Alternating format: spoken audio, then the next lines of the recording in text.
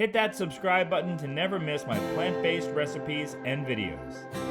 Pancakes are a staple in my house on the weekends and sometimes the weekdays. But before we make them, I'm going to show you something that just amps them up a little bit more.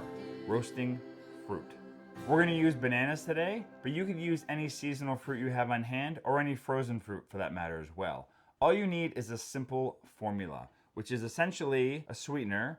I'm using maple syrup, an acid, I'm using balsamic vinegar, and some kind of a spice, and today we're going to use cinnamon.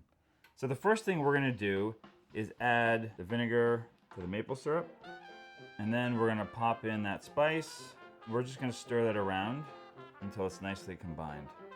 You can do any combination you want of spices based on the fruit, and you just want to make sure that whatever acid you're using is going to complement the fruit you're putting it on. You could also just use lemon juice or lime juice, orange juice would work as well.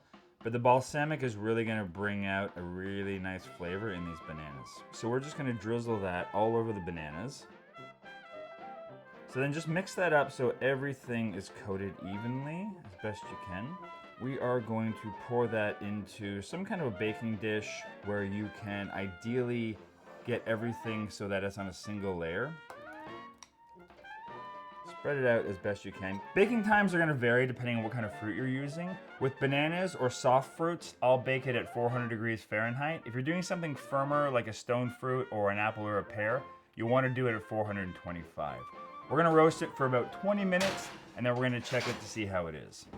So while the fruit is roasting in the oven, I'm going to show you my family's go-to pancake mix that I have to give my wife credit for. We tried a bunch of different recipes until we landed on this one. You can make it gluten-free just by swapping out the flour for a gluten-free 1-to-1, and you can also add whatever mix-ins you want. What I love about this one is it doesn't add any oil, it doesn't add any butter, or it doesn't add any eggs. And I'll show you the different things we use to make up for that. First off, we're going to start with 2.5 cups of flour. I like to use whole wheat. You can mix this with whole wheat and white flour, or you could put in a gluten-free 1-to-1. To that, we're gonna add a 1/4 cup of flaxseed. This is what's gonna act as your egg binder. It's gonna help everything mix together.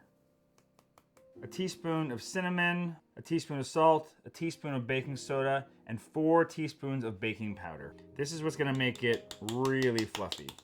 Whisk together all of those ingredients until they're nice and mixed. And now you can just add the wet ingredients right into here. You don't have to pre-mix them on their own. 2 cups of plant milk. This is an oat milk. You could use almond or any other non-dairy milk of your choice.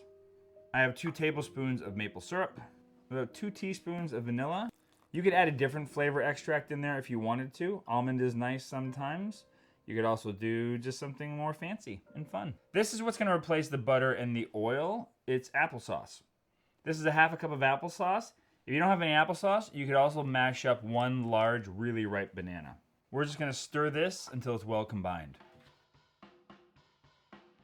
So after that is nice and mixed together, we're gonna let it sit for about 2 to 5 minutes, just so that flaxseed can expand and really start to bind everything together.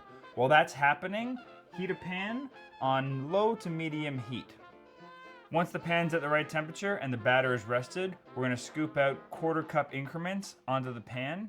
Cook for about 2 minutes until you start to see little bubbles forming on top of the pancake. Flip and do the same.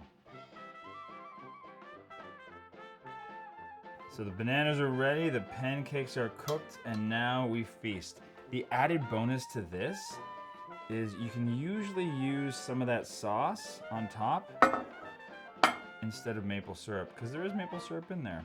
Just drizzle it all over.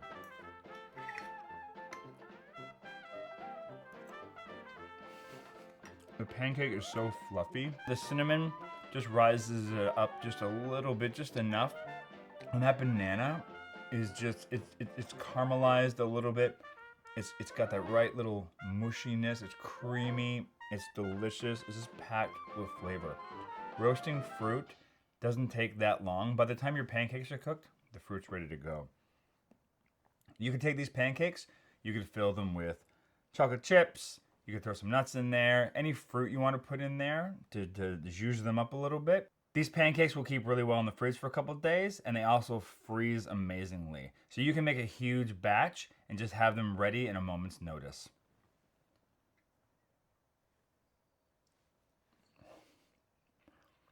It's just like, I don't even know.